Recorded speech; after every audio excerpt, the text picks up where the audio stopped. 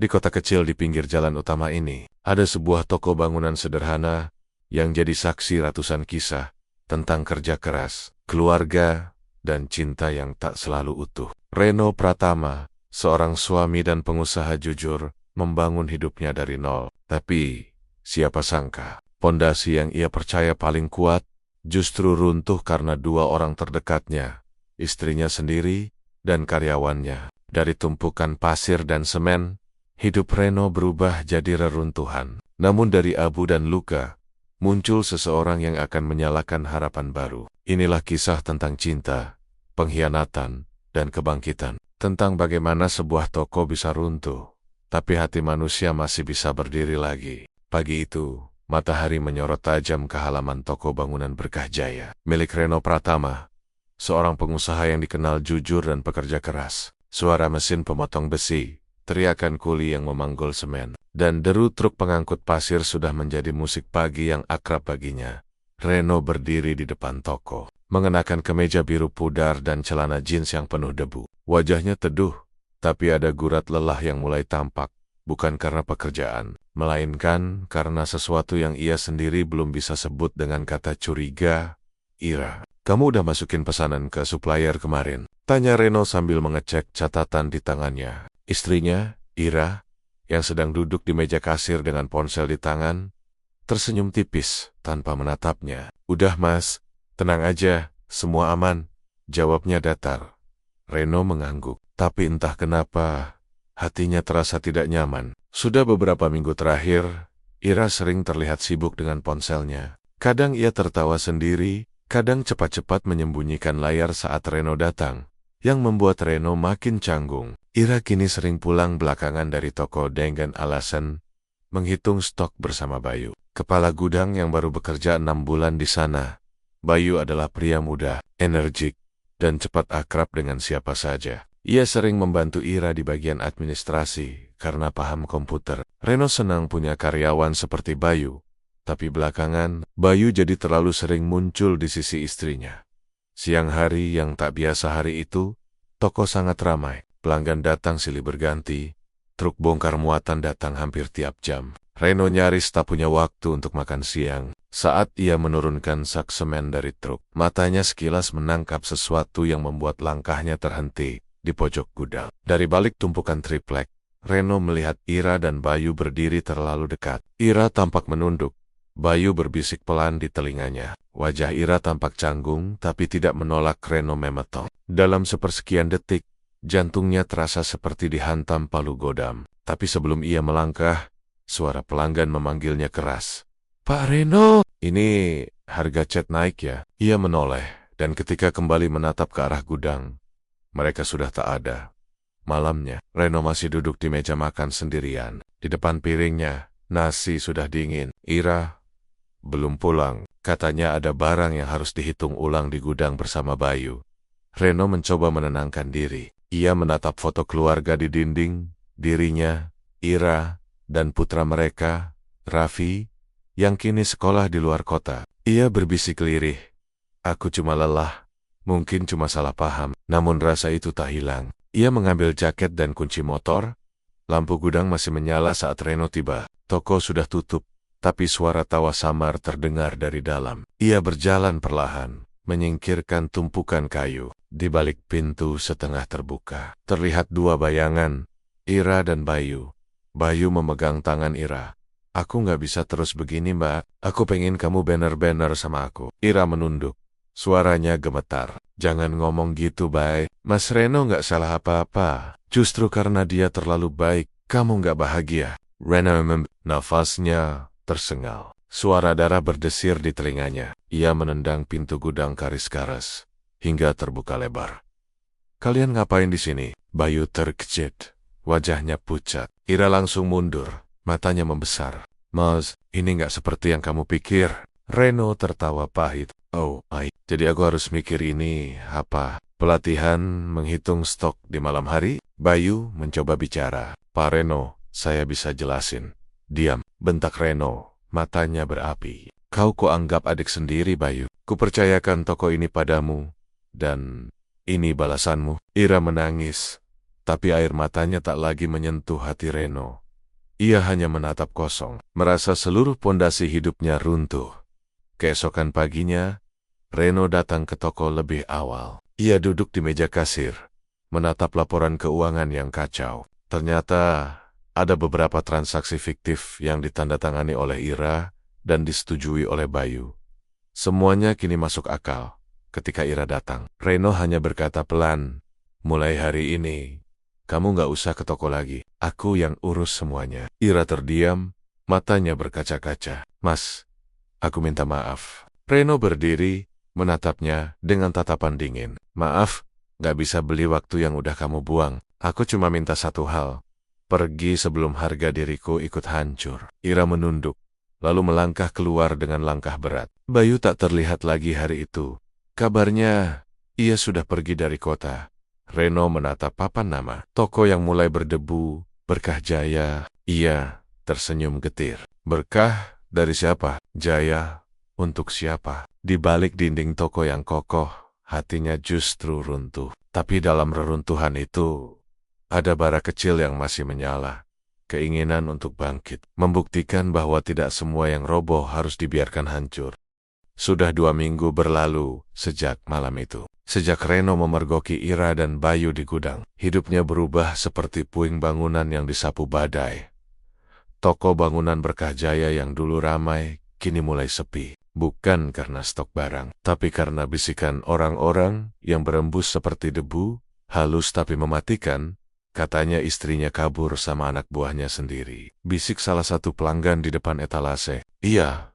Makanya toko ini sekarang dijalankan sendirian. Kasian. Padahal dulu mereka kelihatan harmonis. Sahut yang lain.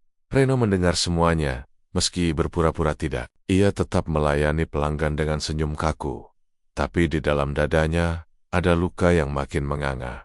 Bisnis yang mulai runtuh pagi itu. Truk pengantar semen tidak datang seperti biasa. Reno menelepon suppliernya. Tapi jawaban yang didapat justru menampar perasaannya. "Maaf Pak Reno, kami sementara hentikan pengiriman dulu." Katanya, ada masalah di toko Bapak. Pihak pembeli lama yang dulu sering diurus Bu Ira, minta kerjasama dialihkan ke toko lain. Reno terdiam. "Toko lain?" tanyanya. Lirih. "YI, toko bangun makmur. Katanya diurus sama orang baru Bayu, yang dulu kerja di tempat Bapak." Telepon terputus, dan tangan Reno mengepal keras. Bayu. Nama itu kini terasa seperti paku yang menancap di dadanya kehilonggen dan gosip siang menjelang sore. Reno duduk di depan toko yang mulai lengang. Hanya ada 2 karyawan yang tersisa. Asep, sopir truk setia, dan Lina, kasir muda yang dulu sering dimarahi Ira. "Pak, pelanggan pada pindah ke toko sebelah," kata Lina pelan. "Katanya harga di sana lebih murah. Mungkin karena mereka dapat diskon besar dari supplier." Reno mengangguk pelan, menahan emosi. "Biarin Lin, kalau mereka mau main curang, nanti juga ketahuan." Namun di hatinya, Reno tahu, ini bukan cuma soal bisnis. Ini tentang harga diri yang dikobik-abik oleh 2 orang yang dulu ia percayai sepenuhnya.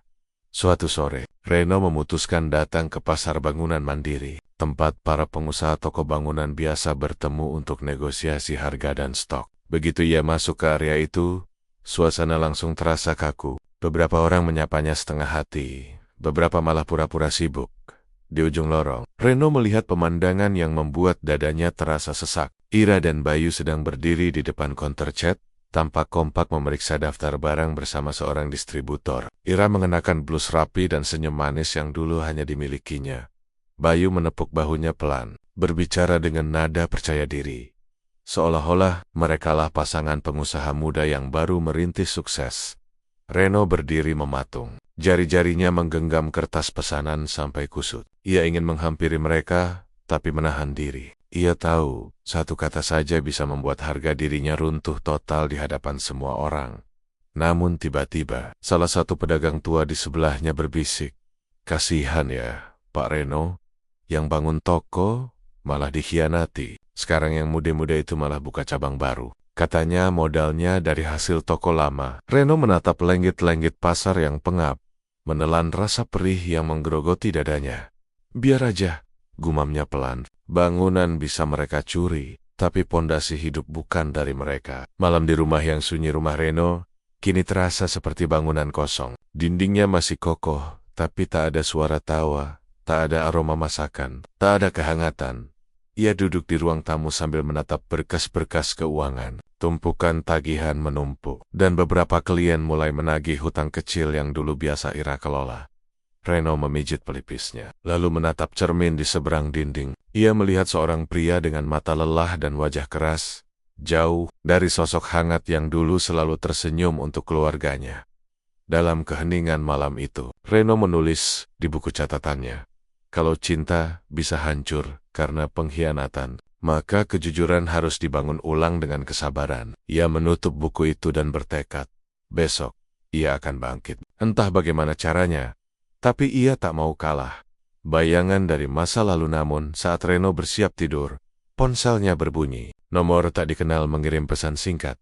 Mas, aku tahu aku salah, tapi tolong dengarkan aku sekali aja. Aku nggak sebahagia yang kamu pikir. Ira.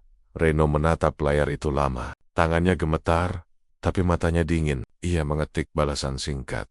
Kamu udah pilih jalanmu. Aku juga bakal pilih jalanku. Ia matikan ponsel dan memejamkan mata, menahan perih yang kembali menyeruak. Keesokan harinya, Reno berdiri di depan toko yang nyaris kosong. Ia menatap papan nama berkah jaya yang mulai pudar warnanya. Tarik, ia melihat seseorang datang membawa helm proyek di tangan. Seorang wanita paruh baya yang tampak ramah. Permisi, ini toko Pak Reno? Tanyanya. Reno mengangguk pelan. Saya Maya, butuh bahan bangunan buat renovasi rumah. Katanya Bapak jual barang bagus dan jujur, ya? Reno tersenyum tipis. Untuk pertama kalinya setelah sekian lama, masih jual Bu. Mungkin tokonya lagi sepi, tapi kualitasnya nggak pernah saya turunkan. Maya tersenyum. Bagus. Soalnya saya lebih percaya sama orang jujur daripada yang banyak omong. Reno hanya mengangguk pelan. Belum tahu, pertemuan sederhana itu akan menjadi awal bab baru dalam hidupnya. Pagi itu, langit tampak cerah untuk pertama kalinya setelah berminggu-minggu mendung. Reno membuka rolling door tokonya dengan tenaga penuh. Udara pagi menerpa wajahnya, dan entah kenapa, ada sedikit semangat yang terasa hidup kembali. Di halaman toko, sebuah mobil berhenti. Keluar dari dalamnya Maya, wanita yang kemarin datang mencari bahan bangunan. Ia membawa map besar dan tersenyum lebar. Pagi, Pak Reno, sapanya ceria. Pagi juga Bu Maya, ada yang bisa saya bantu lagi? Maya tersenyum, menatap sekeliling toko yang agak berantakan tapi bersih. Saya kepikiran semalam Pak, rumah saya lagi renovasi, tapi saya juga mau bantu teman main proyek kecil di sekitar komplek. Kalau Bapak mau, saya bisa bantu promosikan toko ini, biar pelanggan balik lagi. Reno menatapnya ragu. Promosi? Saya nggak ngerti soal begituan Bu. Toko ini ya bijini-bijini aja dari dulu. Maya tertawa kecil. Justru itu masalahnya. Dunia udah berubah Pak. Sekarang orang beli bahan bangunan bisa lewat media sosial. Kalau Bapak mau coba, saya bantu. Gratis. Anggap aja saya bayar hutang moral karena dapat harga bagus kemarin. Reno terdiam sejenak. Ada sesuatu pada cara Maya berbicara, tulus, tapi tegas. Ia akhirnya mengangguk. Baiklah, kita coba. Dan dari situlah semuanya mulai berubah. Awal kebangkitan beberapa hari berikutnya, toko Berkah Jaya mulai tampak berbeda. Maya membantu membuat spanduk baru, menata ulang etalase, bahkan mengunggah foto-foto produk di media sosial. Ia menulis deskripsi sederhana, bahan bangunan berkualitas dari toko yang jujur. Pelayanan langsung dari pemiliknya, bukan dari orang lain. Kalimat itu sederhana, tapi menusuk. Dalam waktu seminggu, pelanggan mulai berdatangan lagi. Ada yang bilang tahu dari Facebook, ada yang direkomendasikan Maya, Lina, kasir toko, sampai takjub. Pak, pembeli makin banyak. Ada yang dari luar kecamatan juga. Reno hanya tersenyum, sesuatu yang jarang ia lakukan akhir-akhir ini. Alhamdulillah Lin, berarti belum waktunya toko ini tutup. Namun kebangkitan itu tak luput dari telinga dua orang, Ira dan Bayu. Dendam yang tumbuh di balik kesuksesan di toko bangun makmur, milik Bayu yang kini dikelola bersama Ira. Suasana justru memanas. Mereka mendapat kabar bahwa pelanggan mulai kembali ke toko lama Reno. Bayu melempar berkas laporan penjualan ke meja dengan nada geram. Kenapa bisa turun begini? Bukannya kamu bilang Reno udah nggak bisa bangkit lagi? Ira menunduk, Suaranya pelan. Dia dibantu perempuan, namanya Maya. Katanya dulu kerja di kontraktor. Sekarang bantuin promosi. Bayu mengepalkan tangan. Jadi dia bawa orang luar buat bantu? Hebat. Tapi kita bisa lebih licik. Ira menatapnya cemas. Bayu, jangan bikin masalah lagi. Aku capek. Semua ini udah salah dari awal. Terlambat buat nyesel. Ira, sekarang taruhan kita nama dan usaha. Kalau dia bangkit, kita yang tenggelam. Bayu lalu memerintahkan bawahannya membuat strategi kotor. Menyebarkan rumor bahwa bahan bangunan Reno campuran dan tidak sesuai standar. Fitnah yang menyebar beberapa hari kemudian, Reno mulai mendengar bisikan aneh lagi. Pelanggan datang dengan wajah ragu. Pak, bener ya, cat tembok yang Bapak jual ini? Katanya mudah pudar. Pak, dengar-dengar semen Bapak bukan asli pabrikan? Reno, iya tahu. Ini ulah seseorang. Ia menggigit bibirnya. Menahan amarah. Ia tak punya bukti. Tapi hatinya yakin. Bayu, di tengah tekanan itu, Maya datang membawa kabar baik. Pak, saya udah dapat proyek dari salah satu pengembang perumahan kecil. Mereka mau kerja sama toko kita buat suplai bahan bangunan. Tapi, Maya menatap Reno khawatir. Mereka dengar gosip tentang toko Bapak. Katanya kualitasnya jelek. Reno menarik napas panjang. Gosip bisa dibantah dengan bukti. Suruh mereka datang langsung ke sini. Saya tunjukin kualitas barangnya.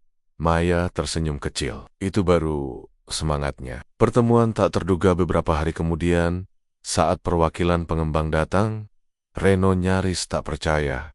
Bayu dan Ira ikut hadir sebagai perantara. Rupanya Bayu juga berusaha memperebutkan proyek yang sama. Suasana jadi tegang. Bayu duduk di kursi seberang dengan senyum dingin. Lama nggak ketemu Pak Reno. Wah, toko Bapak masih bertahan ya? Reno menatapnya tanpa ekspresi. Masih, meski tanpa maling di dalamnya. Ira menunduk. Wajahnya pucat. Bayu tersenyum tipis, tapi matanya tajam. Kita lihat nanti siapa yang lebih dipercaya. Dunia usaha bukan cuma soal kejujuran, tapi strategi. Reno menjawab tenang. Betul, tapi pondasi bisnis tetap berdiri di atas kepercayaan. Kalau pondasi rapuh, bangunan secantik apapun akan roboh. Ucapannya membuat ruangan hening. Bahkan perwakilan pengembang tampak kagum pada ketegasannya. Malam setelah pertemuan setelah rombongan pergi, Maya menghampiri Reno. Pak, cara Bapak bicara tadi keren sekali. Saya yakin mereka bakal pilih toko kita. Reno tersenyum lelah. Saya nggak mau perang, Bu. Tapi kalau mereka terus injak harga diri saya nggak akan diam. Maya menatapnya lembut. Kadang yang membuat bangunan kuat bukan cuma semen dan besi, tapi hati yang gak mau runtuh. Kata-kata itu membuat Reno diam lama. Ia menatap Maya. Dan untuk pertama kalinya, ia merasakan sesuatu yang berbeda, hangat, jujur, dan tenang. Malam itu, Reno kembali menulis di buku catatannya. Retak di pondasi, bukan akhir dari bangunan. Kadang, dari retak itu kita tahu bagian mana yang harus diperkuat. Ia menutup buku itu, lalu menatap foto lama dirinya bersama Ira. Foto yang kini sudah mulai pudar. Perlahan, ia mengambil bingkai itu dan menaruhnya di dalam laci. Di luar, suara motor Maya terdengar menjauh. Dan entah kenapa, Reno merasa malam itu tidak sesepi biasanya. Ada cahaya kecil yang mulai menyala, tanda bahwa pondasi baru dalam hidupnya mulai dibangun. Sudah 2 bulan sejak Reno bekerja sama dengan Maya. Toko Berkah Jaya kini tampak hidup lagi, gudang terisi penuh. Pelanggan datang silih berganti. Dan suara truk keluar masuk kembali terdengar seperti dulu di depan toko. Terpampang spanduk baru. Bangun kepercayaan. Satu bata demi bata. Slogan itu adalah ide Maya. Dan Reno menyetujuinya tanpa ragu. Baginya, setiap pelanggan yang kembali datang adalah satu bata baru untuk membangun ulang hidupnya yang dulu hancur. Suatu pagi, Reno sedang memeriksa stok semen ketika Maya datang membawa map tebal. Pak Reno, katanya sambil tersenyum. Kabar bagus, pengembang perumahan yang kemarin itu udah tanda tangan kontrak. Kita yang dipilih buat jadi pemasok utama. Reno mengangkat wajahnya. Matanya berkaca-kaca. Serius, Bu Maya? Maya mengangguk bangga. Saya tahu mereka bakal percaya sama Bapak. Soalnya saya lihat sendiri gimana jujurnya Bapak kerja. Reno tersenyum tipis. Tapi di balik itu, ada rasa haru yang sulit disembunyikan. Kalau bukan karena bantuan Ibu, toko ini mungkin udah tutup. Jangan bilang gitu.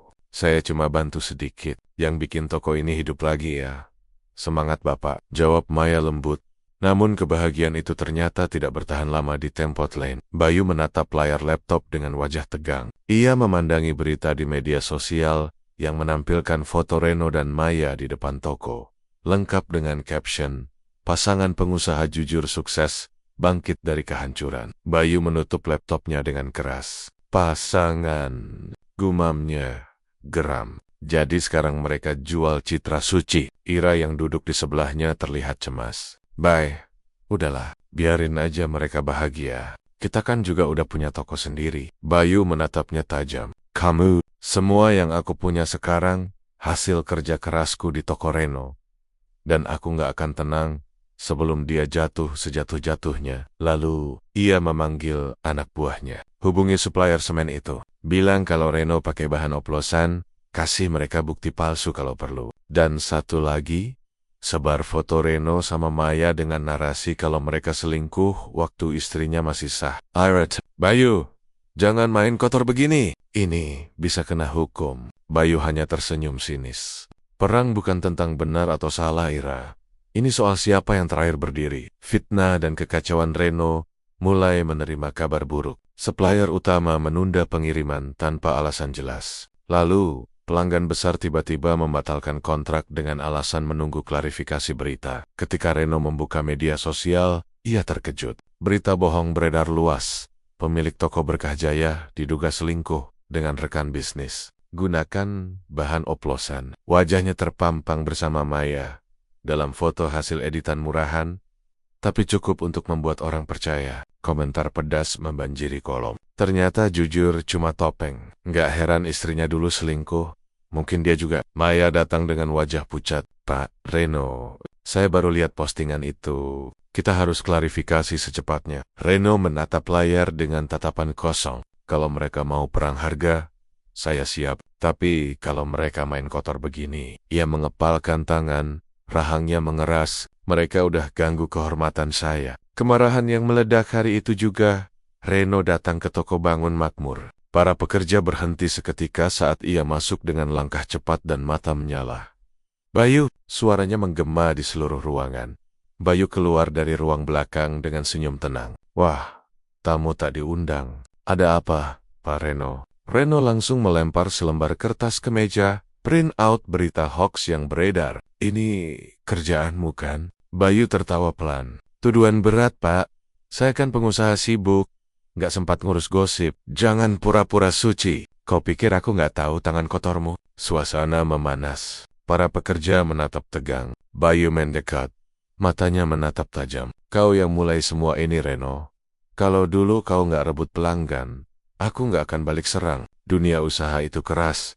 Bukan tempat buat orang berhati lembek seperti kamu. Reno menatapnya dingin. Beda kita, Bayu. Kamu bangun toko dari kebohongan. Aku bangun dari kesabaran. Dan lihat nanti, toko yang dibangun dari dusta bakal roboh lebih cepat dari bata rapuh. Reno berbalik dan pergi, meninggalkan Bayu yang menatap dengan wajah penuh dendam. Kehilangan yang nyaris fatal malamnya. Reno pulang ke toko dengan kepala berat. Namun saat sampai di gudang, ia mencium bau aneh, seperti bensin. Ia berlari dan matanya terbelalak. Tumpukan kayu terbakar. ASAP, Keber, teriak Lina panik dari depan. Reno berlari mengambil selang air. Sementara Maya yang kebetulan datang, membantu memanggil pemadam kebakaran. Dalam hitungan menit, api melahap separuh gudang. Barang-barang habis, stok lenyap, dan sebagian atap roboh ketika api berhasil dipadamkan. Reno terduduk di tanah. Baju dan wajahnya hitam oleh asap. Maya menatapnya dengan mata berkaca-kaca. Pak, ini bukan kebetulan. Ada yang sengaja bikin begini. Reno menatap gudang yang hangus dan hanya berkata lirih. Kalau mereka mau hancurin aku, mereka harus pastikan aku nggak bisa berdiri lagi. Karena selama aku masih bisa berdiri, ia menggenggam tanah yang basah oleh air dan debu. Aku akan bangun lagi, bata demi bata. Beberapa hari kemudian, polisi datang melakukan penyelidikan. Ditemukan jejak bensin dan sisa korek di dekat gudang. Namun, belum ada bukti siapa pelakunya. Sementara itu, Maya terus berada di sisi Reno.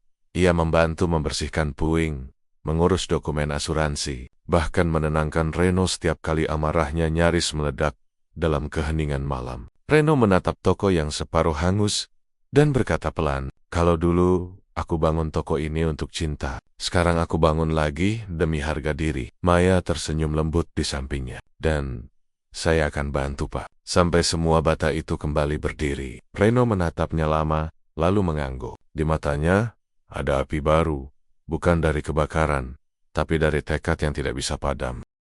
3 hari setelah kebakaran itu, toko Berkah Jaya berubah menjadi reruntuhan berasap. Dinding yang dulu kokoh kini menghitam, atap sebagian ambruk, dan udara di sekitar toko masih berbau arang dan bensin. Reno berdiri di depan toko dengan wajah tanpa ekspresi. Kepalanya masih berat, tubuhnya lelah, tapi hatinya campuran antara amarah dan kepasrahan. Maya datang membawa 2 gelas kopi hitam. "Pak Reno, minum dulu. Polisi tadi bilang bakal datang siang ini buat ngambil keterangan tambahan." Reno menerima kopi itu tanpa bicara. Ia hanya menatap bangunan yang dulu ia bangun dari nol bersama Ira. Kini tinggal abu. "Saya udah kehilangan semuanya, Bu Maya. Usaha, nama, bahkan kepercayaan orang." Maya menatapnya tenang. "Belum, Pak. Selama Bapak masih bisa berdiri, masih ada harapan." Siang itu, 2 mobil polisi berhenti di depan toko. Beberapa warga menonton dari kejauhan, bisik-bisik seperti biasa. Seorang petugas mendekat, memperlihatkan surat perintah. "Pak Reno Pratama?" Reno mengangguk. "Kami perlu Bapak ikut ke kantor. Ada laporan bahwa kebakaran ini diduga unsur kesengajaan. Katanya, Bapak sendiri yang membakar toko ini untuk klaim asuransi." Reno menatap polisi itu dengan mata lebar. "Apa? Saya yang bakar toko saya sendiri? Kalian gila?" Maya langsung maju. "Pak, tuduhan itu nggak masuk akal. Saya ada di tempat kejadian waktu api mulai muncul." "Saya bisa jadi saksi." Polisi hanya menunduk sopan. "Kami cuma jalankan perintah. Ada bukti dan laporan dari seseorang yang mengaku melihat Bapak di gudang sebelum kebakaran." Reno mengepalkan tangan. "Siapa yang bilang?" Petugas menjawab tenang. "Saksi atas nama Bayu Santoso." Reno membek. Nama itu kembali terdengar, seperti bara yang menyala lagi di dalam dada. Reno akhirnya dibawa ke kantor polisi untuk dimintai keterangan. Di ruangan itu, ia duduk sendirian dengan mata kosong, sementara Maya menunggu di luar, mencoba menghubungi pengacara. Bayu datang kemudian, berpakaian rapi, lengkap dengan wajah sedih pura-pura. Ia pura-pura prihatin di depan wartawan yang meliput. "Saya cuma kasihan sama Pak Reno. Mungkin dia stres karena usaha turun. Saya nggak menyalahkan dia, tapi saya lihat sendiri dia malam itu di sekitar gudang. Saya cuma ingin bantu polisi, biar semuanya jelas." Kalimat itu menyebar cepat di berita lokal. Dalam sekejap, reputasi Reno hancur lebih dalam dari sebelumnya. Maya duduk di depan laptop, menatap rekaman CCTV toko yang sempat ia simpan di drive cadangan. Kebiasaan lamanya saat mengurus proyek konstruksi. Tapi sebagian file rusak karena server terbakar. Ia mengetik cepat, mencoba memulihkan data. Setelah beberapa jam, salah satu video akhirnya bisa diputar. Rekaman dari kamera belakang toko. Sekitar 2 jam sebelum kebakaran, dalam rekaman samar itu, terlihat siluet. Seseorang menyiram cairan dari galon ke tumpukan kayu, lalu pergi menaiki motor. Sayangnya, wajahnya tertutup helm. Namun Maya menangkap satu detail kecil. Jaket oranye dengan logo toko Bangun Makmur. Matanya membulat. "Bayu," bisiknya. Keesokan paginya, Maya memberanikan diri datang ke toko Bangun Makmur. Ia disambut dingin oleh Hira, yang tampak gugup. "Maya, kamu ngapain ke sini?" "Saya cuma mau bicara sama Bayu." Ira menunduk. Suaranya gemetar. "Bayu lagi keluar kota. Tapi, Maya, kamu hati-hati. Dia bukan orang yang bisa diajak perang." Maya menatapnya tajam. "Saya nggak takut, Ira. Kamu tahu dia bohong. Kamu juga tahu Reno nggak salah." Ira terdiam. Matanya berkaca-kaca. "Bayu udah terlalu jauh, Mei. Aku juga takut sama dia sekarang." Sebelum Maya sempat bertanya lebih jauh, suara motor terdengar dari depan. Bayu datang, dan wajahnya langsung berubah saat melihat Maya berdiri di sana. "Maya, mau apa kamu kesini?" Maya berdiri tegak. "Saya punya bukti rekaman CCTV. Bayu, Kamu orang terakhir yang kelihatan di sekitar toko sebelum kebakaran. Bayu tertawa kecil. Lucu. Kalau kamu punya bukti, kenapa Reno masih ditahan? Karena belum saya tunjukkan ke polisi. Tapi begitu saya kasih, kamu yang akan ganti tempat sama dia. Bayu mendekot. Suaranya rendah, namun mengancam. Kamu pikir kamu bisa main di wilayah saya, Maya? Hot ya. Kamu perempuan sendirian. Dunia usaha nggak ramah buat yang terlalu jujur. Maya tidak mundur. Justru karena saya tahu dunia ini kotor, saya nggak mau diam. Lalu ia pergi dengan langkah mantap, meninggalkan Bayu yang menatapnya penuh kebencian. Sementara itu, di sel tahanan sementara, Reno duduk menatap tembok dingin. Setiap malam ia mendengar ejekan, bisikan, dan rasa putus asa yang perlahan menembus keteguhannya. Namun sore itu, pintu sel terbuka. Seorang petugas masuk sambil berkata, ada yang datang buat jamin Bapak keluar sementara. Namanya Maya. Reno menatap tak percaya saat Maya masuk membawa map berisi berkas. Saya nggak bisa biarin Bapak nginep di sini lebih lama. Saya punya bukti baru, katanya tegas. Mereka keluar dari kantor polisi dengan langkah berat tapi mantap. Reno menatap langit sore yang mulai oranye.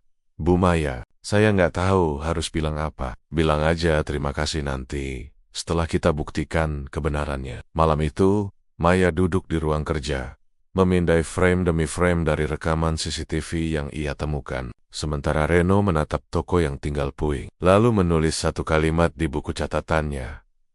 Kadang, api bukan datang untuk menghancurkan, tapi untuk menunjukkan siapa yang tahan panas dan siapa yang lari meninggalkan abu. Dari luar jendela, lampu polisi menyorot toko itu, tanda bahwa penyelidikan baru dimulai. Namun kali ini, Reno tidak sendiri, karena di balik semua debu dan luka, ada satu api yang tetap menyala, kebenaran. Pagi itu, udara terasa berat. Kabut tipis menyelimuti puing-puing toko Berkah Jaya. Seperti menyimpan rahasia yang belum sempat diucapkan, Reno berdiri di sana, menatap bekas tembok yang hangus. Di tangannya, ia menggenggam segenggam debu hitam, lalu melepaskannya pelan ke udara. Kalau saja tembok ini bisa bicara, Maya, katanya, lirih. Maya yang berdiri di sampingnya hanya menjawab pelan. Kadang abu juga bisa bersuara. Pak, asal kita mau dengar. Maya membawa laptop dan beberapa hasil pemindaian dari CCTV ke laboratorium digital forensik kecil milik temannya, Rudy, seorang mantan teknisi CCTV proyek. Rudy menatap layar dengan seksama, memperlambat frame demi frame dari video malam kebakaran. Coba perhatikan ini, katanya, menunjuk satu titik. Dalam rekaman itu, tampak seseorang mengenakan jaket oranye bertuliskan Bangen Magmer sedang menaruh sesuatu di bawah tumpukan kayu. Lalu ia pergi menaiki motor matic. Rudy memperbesar bagian helm dan jaket itu. Di kerah belakang, terlihat jelas nama kecil yang disulam rapi, Bayu S. Maya menatap layar tanpa berkedip. Ini cukup buat ngebebasin Reno kan? Rudy mengangguk. Kalau kamu bawa ke polisi, iya, tapi siap-siap. Orang kayak Bayu pasti nggak bakal diem. Sementara itu, di rumahnya, Ira duduk sendirian di ruang tamu. Wajahnya pucat, matanya sembab. Di meja depannya, televisi menyiarkan berita, Reno Pratama dibebaskan sementara. Polisi kembali membuka penyelidikan terkait kebakaran toko Berkah Jaya. Ira mematikan TV dengan gemetar. Sejak hari itu, Bayu jadi kasar. Ia mengontrol semua gerak-geriknya, bahkan memeriksa ponsel dan uang pribadinya. Ketakutan dan penyesalan mulai menelan batinnya. Tiba-tiba ponselnya bergetar. Sebuah pesan masuk dari nomor tak dikenal. Kalau kamu masih punya hati, temui aku di taman kota sore ini. Ira tahu siapa itu. Dan, untuk pertama kalinya dalam berbulan-bulan, ia berani keluar rumah tanpa izin Bayu. Pertemuan dua perempuan di taman kota yang sepi. Maya duduk di bangku sambil menatap kolam. Ira datang dengan wajah pucat dan mata penuh air mata. Maya berdiri, menatapnya tanpa senyum. Kamu datang juga. Ira menunduk. Aku nggak tahu harus mulai dari mana. Mulailah dari kejujuran. Ira menggigit bibirnya, lalu berkata lirih. Bayu, dia yang bakar toko itu. Aku dengar dia telepon seseorang malam itu. Dia bilang semua harus beres sebelum Reno dapat proyek baru. Air mata mengalir di pipinya. Aku bodoh, Maya. Aku pikir dia benar-benar cinta aku, tapi dia cuma mau hancurin Reno dan ambil usahanya. Setelah kebakaran, dia ubah semua aset atas nama dia sendiri. Aku nggak punya apa-apa sekarang. Bahkan harga diri pun hilang. Maya terdiam lama, lalu mengeluarkan flash disk kecil dari tas. Di sini ada rekaman CCTV yang nunjukin Bayu di tempat kejadian. Aku butuh kamu jadi saksi. Tanpa kamu, bukti ini nggak cukup. Ira menatap flash disk itu seperti melihat bara api. Kalau aku bersaksi, dia bakal bunuh aku. Maya menatap tajam. Kalau kamu diam, kamu ikut bunuh orang yang dulu kamu bilang kamu cintai. Kata-kata itu menusuk hati Ira. Ia menunduk, menangis dalam diam. Akhirnya, ia mengangguk pelan. Baik, aku akan bantu. Aku nggak mau terus hidup dalam dosa. Sore harinya, Bayu pulang ke rumah dan menemukan ponsel Ira tergeletak di meja dengan pesan terbuka dari Maya. Matanya menyipit. Ia segera melempar ponsel itu ke lantai, lalu berteriak, Ira, kamu pikir aku nggak tahu kamu ketemu dia? Ira muncul dari kamar, wajahnya ketakutan. Bayu maju, menatapnya tajam. Kamu mau ngelawan aku sekarang, ha? Aku yang kasih kamu semua ini. Semua apa, Bayu? Semua kebohongan, semua ketakutan. Tamparan keras mendarat di pipi Ira. Bayu mendekat dan berbisik di telinganya. Kamu keluar rumah lagi, kamu nggak akan balik dalam keadaan hidup. Ira gemetar, tapi dalam hatinya, sebuah keputusan sudah bulat. Malam ini, akan kabar kebenaran mulai mengalir. Maya menerima pesan suara dari nomor tak dikenal. Suara itu lirih, terbata-bata, tapi jelas. Maya, ini Ira. Aku udah kabur. Aku bawa dokumen transfer dan kontrak palsu yang Bayu pakai buat bakar toko itu. Aku akan datang ke kantor polisi besok. Tolong jaga Reno. Jangan biarin dia tahu aku yang ngasih tahu duluan. Pesan itu berakhir dengan suara rem mobil dan benturan keras. Sambungan terputus. Maya panik. Ia mencoba menelepon balik. Tak ada jawaban. Keesokan paginya, berita lokal menyiarkan seorang wanita bernama Ira Santoso ditemukan dalam kondisi luka berat akibat kecelakaan lalu lintas di jalan bypass. Polisi menduga mobilnya diserempet kendaraan lain yang langsung kabur dari tempat kejadian. Maya langsung menuju rumah sakit. Di sana, Ira terbaring lemah dengan wajah penuh luka. Sebelum pingsan, ia menggenggam tangan Maya dan berbisik pelan. Flash disk di tas. Kasih ke Reno, tolong. Akhiri, Reno akhirnya melihat rekaman penuh dari flash disk itu. Ia menatap layar dengan napas berat. Melihat wajah Bayu yang dengan tenang menyiram cairan dan menyalakan api. Reno menutup mata, suaranya bergetar. Orang yang saya anggap saudara, ternyata setan yang saya pelihara sendiri. Maya menatapnya, menahan emosi. Besok, kita ke polisi. Kali ini, kita yang bicara. Namun dari luar toko, sepasang mata mengintip dari balik pagar. Bayu, ia sudah tahu semuanya. Malam semakin larut, hujan turun pelan, membasahi abu yang tersisa di halaman toko. Tetes air menetes di genting yang retak, seolah bumi ikut menangis di dalam toko. Reno menatap Maya dan berkata pelan, abu ini memang bisu, tapi Tuhan kasih cara sendiri buat bikin kebenaran bersuara. Di luar, Bayu menghidupkan mesin mobilnya dengan wajah gelap. Karena perang berikutnya baru akan dimulai. Malam di kota kecil itu terasa berbeda. Angin membawa aroma hujan dan debu terbakar, seolah mengingatkan semua orang bahwa api pernah menyala di tempat itu dan belum benar-benar padam. Reno berdiri di depan reruntuhan tokonya. Lampu-lampu jalan berkelip redup. Di tangannya, ia menggenggam flash disk, bukti kejahatan Bayu. Sementara itu, Maya berdiri di sampingnya dengan tatapan waspada. Besok pagi kita serahkan ini ke polisi, ucap Maya. Reno mengangguk, tapi matanya tak lepas dari kegelapan di seberang jalan. Saya cuma khawatir, dia nggak akan nunggu sampai besok. Bayu menyusun serangan balasan di gudang tuanya, yang terletak di pinggir kota. Bayu duduk di kursi besi, menatap layar laptop dengan wajah gelap. Ia sudah tahu, Maya dan Reno punya bukti. Di depannya, dua anak buahnya menunggu perintah. Kita harus pastikan bukti itu nggak pernah sampai ke tangan polisi, katanya datar. Salah satu anak buahnya bertanya, caranya gimana bos? Bayu menatap foto Reno di layar. Bikin dia sibuk dulu. Bikin seolah-olah dia lari dari tanggung jawab. Setelah itu, bakar habis semua sisa buktinya. Ia menyalakan rokok, asapnya mengepul pelan. Kalau Reno mau main api lagi, Kali ini dia yang kebakar. Teror dimulai pagi harinya. Reno terbangun karena suara keras dari depan rumah. Pintu garasinya disiram cat merah dengan tulisan besar, "Penipu dan pembakar toko." Beberapa tetangga hanya berani menonton dari kejauhan. Ada yang merekam dengan ponsel. Lina, kasir lamanya, datang tergesa-gesa. "Pak, saya baru dengar ada orang sebar selebaran di pasar. Katanya Bapak mau kabur keluar kota bawa uang asuransi." Reno mengepalkan tangan, wajahnya merah. "Bayu," Maya berusaha menenangkannya. "Kita harus sabar, Pak. Jangan terpancing." Namun, siang itu, semuanya memuncak. Seseorang melempar botol berisi bensin ke arah mobil Maya. Untung tidak terbakar. Tapi jelas pesan itu bukan main-main. Atas saran polisi, Reno dan Maya diminta sementara mengungsi ke rumah kerabat Maya di pinggir kota. Di sana, mereka berdua berusaha menenangkan diri. Maya duduk di teras sambil membersihkan luka kecil di tangan Reno. "Bayu sudah gila, Pak. Dia nggak cuma mau nama baik Bapak hancur. Dia mau Bapak hilang dari dunia ini." Reno menatapnya dalam-dalam. "Saya nggak takut mati, Bu Maya.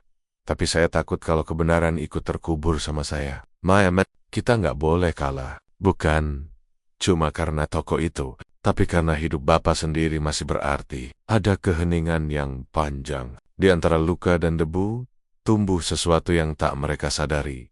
Kekuatan baru, lahir dari rasa saling percaya. Malam berikutnya, hujan turun deras. Reno keluar sebentar ke halaman untuk memeriksa mobil. Saat kembali ke dalam, lampu rumah tiba-tiba padam. "Bu Maya?" Panggil. Tak ada jawaban. Reno menyalakan senter ponsel, berjalan pelan. Lalu, bayangan seseorang melintas cepat di belakangnya. Sebuah suara berbisik dari kegelapan. "Masih berani berdiri, Ren?" Reno berbelik, dan di sana, Bayu berdiri, basah kuyup, dengan pisau di tangan. Tatapan matanya seperti api yang siap melalap segalanya. "Semua gara-gara kamu, Bayu," bentak Reno. "Gara-gara aku? Atau gara-gara kamu yang gak tahu cara jaga istri dan usaha? Aku cuma ambil apa yang kamu buang." Bayu maju cepat, menodongkan pisau. Reno menahan tangannya. Mereka bergulat di lantai basah. Pisau hampir menembus dada Reno, tapi ia berhasil menendang Bayu ke meja hingga kaca pecah berhamburan. Maya muncul dari belakang membawa kayu, memukul tangan Bayu hingga pisau terlepas. Namun Bayu tetap bangkit, mendorong Maya hingga terjatuh. "Diam kau, perempuan sok suci!" teriaknya. Reno berteriak, "Jangan sentuh dia!" Ia menubruk Bayu lagi. Kali ini lebih kuat. Keduanya jatuh ke lantai dengan keras. Pisau tergeletak di tengah, berkilat di bawah cahaya petir. Keduanya berebut pisau, hingga akhirnya Reno berhasil menahannya. Pisau nyaris menembus dada Bayu, tapi Reno berhenti dengan napas terengah. Ia berkata pelan, "Kalau saya bunuh kamu, saya nggak beda sama kamu." Reno menjatuhkan pisau dan berdiri. Namun Bayu tiba-tiba meraih pecahan kaca dan mencoba menyerang lagi. Tepat saat polisi datang menembak ke udara.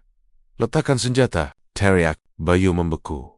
Lalu akhirnya dijatuhkan ke tanah dan diborgol. Setelah badai pagi menjelang, Reno duduk di teras rumah dengan luka di lengan. Maya membalutnya perlahan. Dari kejauhan, terlihat mobil polisi membawa Bayu pergi. Reno berkata pelan, "Akhirnya semua selesai." Maya menggeleng lembut. "Belum, Pak. Abu dari kebakaran itu masih ada. Tapi setidaknya sekarang kita tahu siapa yang menyalakan apinya." Mereka saling menatap, dan untuk pertama kalinya setelah sekian lama, Reno tersenyum. Bukan senyum kemenangan, tapi senyum lega. Sore itu, Reno kembali ke toko lamanya yang kini tinggal puing. Ia mengambil segenggam tanah basah, menatapnya lama, lalu berkata lirih, "Bayangan bisa hilang kalau kita berani menatap api." Maya berdiri di sampingnya. "Bapak mau bangun toko ini lagi?" Reno menatap ke arah langit yang mulai cerah. "Bukan cuma toko, Bu. Hidup saya juga." Dari balik awan, matahari muncul perlahan. Debu dan bara di tanah itu mulai kering, tanda bahwa api benar-benar padam untuk sementara. Pagi itu, matahari muncul perlahan dari balik bukit. Sinarnya memantul di sisa dinding toko Berkah Jaya. Tidak ada lagi asap, tidak ada lagi bau gosong. Hanya debu yang berterbangan lembut, dan suara burung yang kembali bernyanyi di atas genting setengah runtuh. Reno berdiri di tengah halaman toko, mengenakan kemeja lusuh dan topi kerja. Di tangannya ada sekop, dan di belakangnya berdiri beberapa mantan karyawan lamanya. Lina, Joko dan Tarman. Mereka semua tersenyum, menatap Reno dengan semangat baru. "Pak, ini beneran mau dibangun lagi dari nol?" tanya Joko. Reno tersenyum kecil. "Iya, Jok. Toko ini udah jatuh, tapi bukan berarti hancur. Yang penting, pondasinya masih kuat." Lina menambahkan pelan. "Pondasi apa, Pak?" Reno menatap mereka semua, lalu menepuk dadanya. "Pondasi di sini. Selama hati kita nggak retak, semua bisa berdiri lagi." Semua terdiam sejenak, lalu tersenyum. Mereka tahu, Reno bukan hanya bicara soal bangunan. Bayangan masa lalu beberapa hari kemudian, Reno datang menjenguk Ira di rumah sakit. Perempuan itu masih terbaring lemah, tapi matanya kini lebih tenang.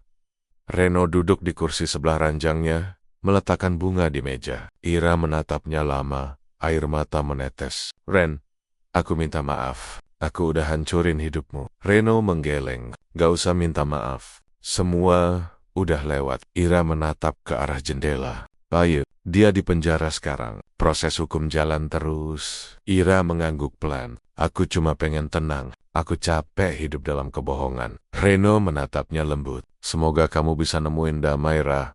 Aku juga baru tahu, kadang luka paling dalam justru yang ngajarin kita cara berdiri." Ia berdiri, bersiap pergi. Sebelum keluar, Ira berbisik pelan, "Maya perempuan yang baik. Ren, jaga dia." Reno hanya menatapnya sekilas, tak menjawab, tapi di hatinya, ia tahu Ira benar. Bangkitnya harapan beberapa bulan kemudian, toko Berkah Jaya mulai berdiri lagi. Cat dinding baru, papan nama yang bersih, dan tulisan besar di depan. Toko bangunan Berkah Jaya, pondasi kejujuran, atap kepercayaan. Orang-orang kampung berdatangan, ada yang penasaran, ada yang ingin membantu. Maya berdiri di depan kasir, sibuk mencatat barang masuk dengan senyum lebar. "Pak Reno, semen datang 30 sak, cat 15 galon, pipa 20 batang," katanya dengan gaya cekatan. Reno menatapnya dari jauh, tertawa kecil. "Kamu lebih hafal stok daripada saya sekarang." Maya menjawab cepat. "Kalau soal kerja, saya serius, Pak." Suasana hangat mengisi toko itu. Bukan cuma bisnis yang hidup kembali, tapi juga harapan. Penghargaan tak terduga beberapa bulan setelah pembukaan ulang. Pemerintah daerah mengundang Reno ke acara penghargaan untuk pelaku usaha kecil yang tangguh. Reno naik ke panggung dengan langkah pelan tapi pasti. Di belakang layar, Maya tersenyum bangga, menatapnya dengan mata yang sedikit berkokek-kokaka. Dalam sambutannya, Reno berkata, "Saya bukan orang hebat. Saya cuma orang yang pernah jatuh dan gak mau diam di bawah. Saya belajar, bangunan yang kuat itu bukan karena besinya tebal, tapi karena pondasinya jujur. Dan pondasi hidup saya adalah orang-orang yang masih percaya waktu semua orang lain ninggalin saya." Tepuk tangan memenuhi ruangan. Beberapa orang tahu cerita Reno, beberapa hanya mendengar, tapi semua bisa merasakan ketulusan dalam suaranya. Sore yang tenang sore itu. Setelah acara, Reno dan Maya duduk di depan toko, menatap langit jingga. Tumpukan bahan bangunan tersusun rapi di samping mereka. Burung-burung kembali berterbangan di langit. Maya memecah keheningan. "Kalau dipikir-pikir, semua yang Bapak alami kayak cerita sinetron ya." Reno tertawa kecil. "Kalau gitu, semoga endingnya gak sedih." Maya menatapnya sambil tersenyum. "Endingnya tergantung yang nulis ceritanya, Pak." Mereka terdiam sejenak, lalu saling berpandangan. Tak ada kata cinta, tapi mata mereka bicara banyak tentang luka yang disembuhkan, kepercayaan yang tumbuh, dan masa depan yang akhirnya tampak jelas. Malam turun perlahan. Lampu toko menyala lembut, menerangi papan nama baru. Reno menulis sesuatu di buku catatannya. Kebiasaannya sejak dulu. "Dulu aku kira cinta itu harus sempurna. Tapi ternyata cinta seperti bangunan, cukup kokoh untuk menahan badai, cukup sabar untuk dibangun perlahan. Dan ketika semua runtuh, yang tersisa bukan debu, tapi pelajaran." Ia menutup buku itu, menatap Maya yang tengah membereskan meja kasir. Senyum kecil terukir di wajahnya, sederhana tapi tulus. Dari jauh, terdengar suara azan maghrib berkumandang. Reno berdiri, mematikan lampu toko, dan berbisik pelan, "Selamat datang, pondasi baru."